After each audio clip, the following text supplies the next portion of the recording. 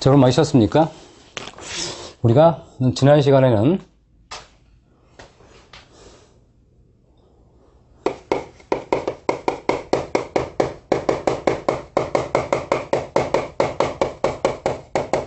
이 처형 코드 구조의 특성을 공부했습니다.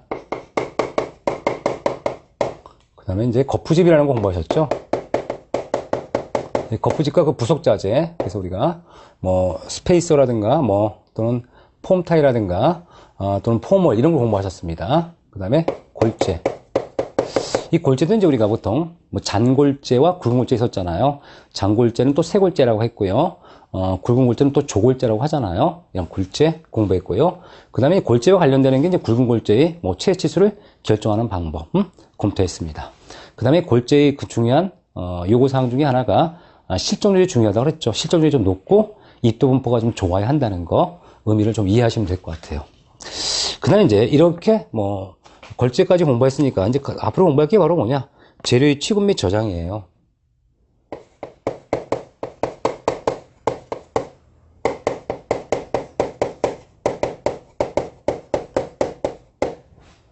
이 재료들 중에 시멘트 창고가 이제 중요하죠.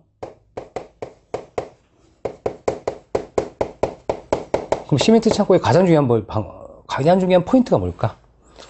그 시멘트는 물과 만나야 돼요. 근데 물과 만나기 전에 물과 미리 접촉을 하면 안 돼요.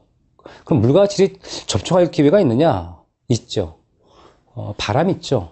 습기. 사실 이 공기 중에는 일부 습기를 지니고 있기 때문에 우리가 이제 공기 중에 있는 수분과 시멘트가 화학적 반응을 하는 것을 우리가 풍화작용이라고 그래요. 뭐라고요? 바람으로 인해서 화학적 변화를 했다는 겁니다. 그럼 시멘트 창고는 일단 풍화작용이 되지 않아야겠죠. 한마디로 이제 바람을 맞으면 안 된다는 얘기예요. 그럼 시멘트 창고를 만들었어. 그럼 어떻게 해야 될까요? 일단 습하면 안 되겠죠. 습하면 안 되기 때문에 습하면 안 되죠. 안 되니까 일단은 이렇게 지면과 약간 떨어뜨리는 게 좋겠죠. 지면과 떨어뜨리되 이 시멘트 창고 주변에 이렇게 도랑을 만들어줘요. 이 도랑 만들어준 이유가 뭐냐면 우리가 혹시나 물이 들어가지 않도록 하고요. 지면과 약간 띄워줘야 되고요. 그 다음에 이 입구로 들어옵니다. 반입이 되면 반출이 돼야 되죠. 먼저 들어온 것부터 나가야 되는 거예요. 왜? 3개월 이상 지나면 재시험을 거치도록 돼 있기 때문에 먼저 반입한 걸 먼저 써야겠죠. 이런 것들을 꼭 기억하셔야 돼요. 그럼 현재 풍화를 방지해야 돼. 바람을 방지해야 되니까 여기다가 불필요한 환기창 설치하면 될까요? 안 될까요? 안 된다는 얘기예요. 그래서 환기창 설치는 금지입니다. 이해할 수 있겠죠? 환기창을 설치하면 어떻게 돼요? 환기 과정을 통해서 공기 중에 수분과 함께 화학적 반응을 일으키는 게 바로 뭐라고 그랬었죠? 풍화작용이라고 했잖아요. 결과적으로 환기창을 설치하지 않습니다. 그 다음에 이제 보통 쌓기 단수는 기억해야 될 게 포대수로 13포 이하를 우리가 쌓도록 돼 있어요. 다만 그럼에도 불구하고 장기적으로 좀 쌓을 때는 뭐 7포 이하로 쌓도록 돼 있습니다. 자, 그 다음에 이제 기타 적재장고가 있습니다.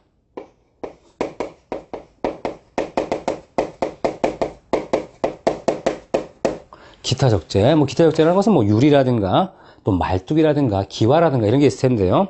이 콘크리트 말뚝 있죠. 콘크리트 말뚝. 굉장히 무거워요. 그래서 보통 1단으로 쌓아야 돼요. 근데 아주 부득이하다라고 할 때는 받침대를 대요. 이 받침대를 우리가 대서 서로 이렇게 변이를 방지한다면 2단도 예외적으로 가능하다. 뭐 이런 얘기고요. 그 다음에 기와 루핑 유리는 세워서, 기와 루핑은 눕히는 게 아니라 세워서 보관하도록 되어 있고요. 그 다음에 슬레이트 같은 거 있죠. 슬레이트는 수평으로.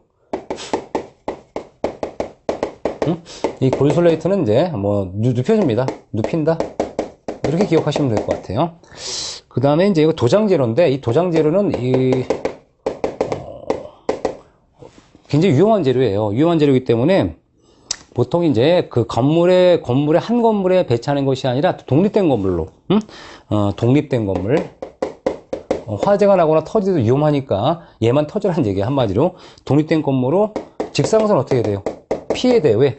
직사광선을 도입하면 이 변색되는 것도 있지만 우리가 이렇게 열을 받거나 화학적 변화를 받을 수 있기 때문에 직사광선을 피하도록 되어 있습니다. 그 다음에 천정 설치할 필요 있을까요? 조량제로 보관한 장소에 천정 필요 없습니다. 천장을 설치하지 않습니다. 천장은 대부분 흡음이나 이런 개념이잖아. 그러니까 천장 설치하지 않습니다. 이런 얘기고. 그 다음에 이제 콘크리트 재료가 있어요. 콘크리트 재료. 이 콘크리트 재료다 그러면 골재가 되겠죠. 사실 골재. 그래서 우리가 굵은 입자가 불되지 않도록 취급해라.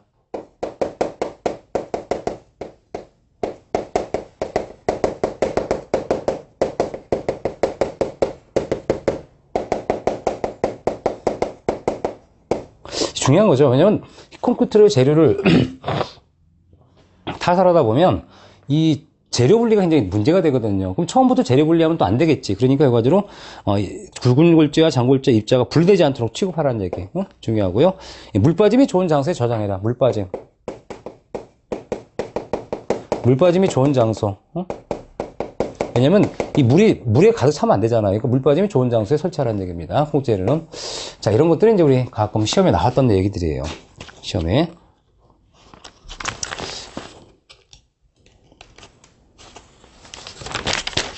자, 그 다음에 우리가 이제 이 시멘트라는 게 있어요. 시멘트. 이 시멘트는 일단 뭐 속에 점토를 약간 집어넣는다고 하는데, 시멘트의 재료일 때 주의할 사항은 이 생석고를 집어넣는다 합니다. 일단 중요한 소재가 석회석이에요. 석회석에 그 다음에 점토 등을 섞는데 여기서 생석고, 이 생석고를 집어넣는 이유는 경화를 시키는 게 아니라 응결지연제예요. 생석고의 역할은 응결을 지연하는 곳이다라는 거 기억하시고요. 그 다음에 이제 수화 반응이죠. 시멘트가 물과 반응하는 게 수화 반응이라고 그래요. 수화 반응. 물과 화학적 반응을 하는 걸 수화 반응이라고 합니다. 수화 반응.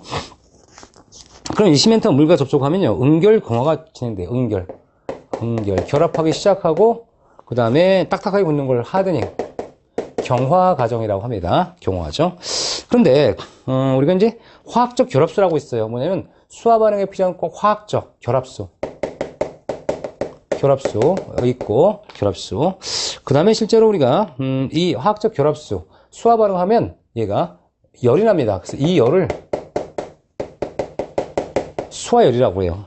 이 수화열의 온도를 보면 시멘트불이 온도가 뭐 40에서 60도 정도까지 이제 발휘된대요. 왜냐하면 물과 시멘트가 화학적으로 만났잖아요. 만나니까 어떻게 된 애들이 반응을 하고, 이 반응을 할 때 열을 나타내는데 그 열을 내는 게 수화열이라고 하는 겁니다. 근데 이제 온도가 높으면 우리가 수화열이 우리가 동전이 앞뒤어갔다고 얘기하는데, 수화 반응은요, 온도가 높을수록 수화 반응.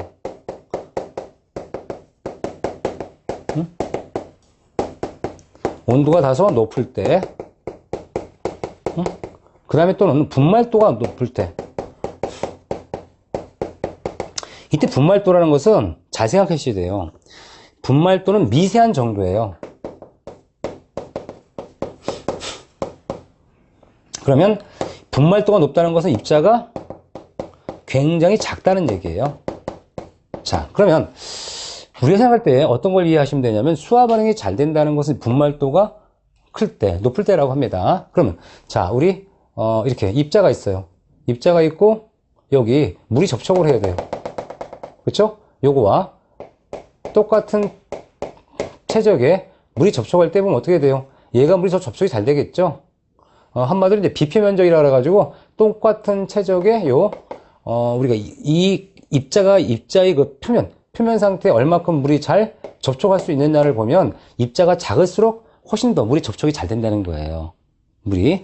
그 다음에 현재 여러분 보시면 밀가루라는 것도, 밀가루가 굵으면 반죽이 잘 안 되죠. 밀가루가 고울 때 반죽이 잘 되죠. 그건 뭐냐면 시멘트도 마찬가지예요. 시멘트 우리가 이렇게 생각할 때 여러 가지 공학적으로 보면 비표면적 비가 높아서 등등등 나오는데, 중요한 것은 입자가 아주 고우면 그만큼 반응을 잘한다는 얘기예요. 그래서 수화 반응이 잘 되더라. 이렇게 생각하시면 될 것 같아요. 근데 이제 문제는 이 수화열은 아까 동전이 앞뒤어 갔다는 얘기 했었죠.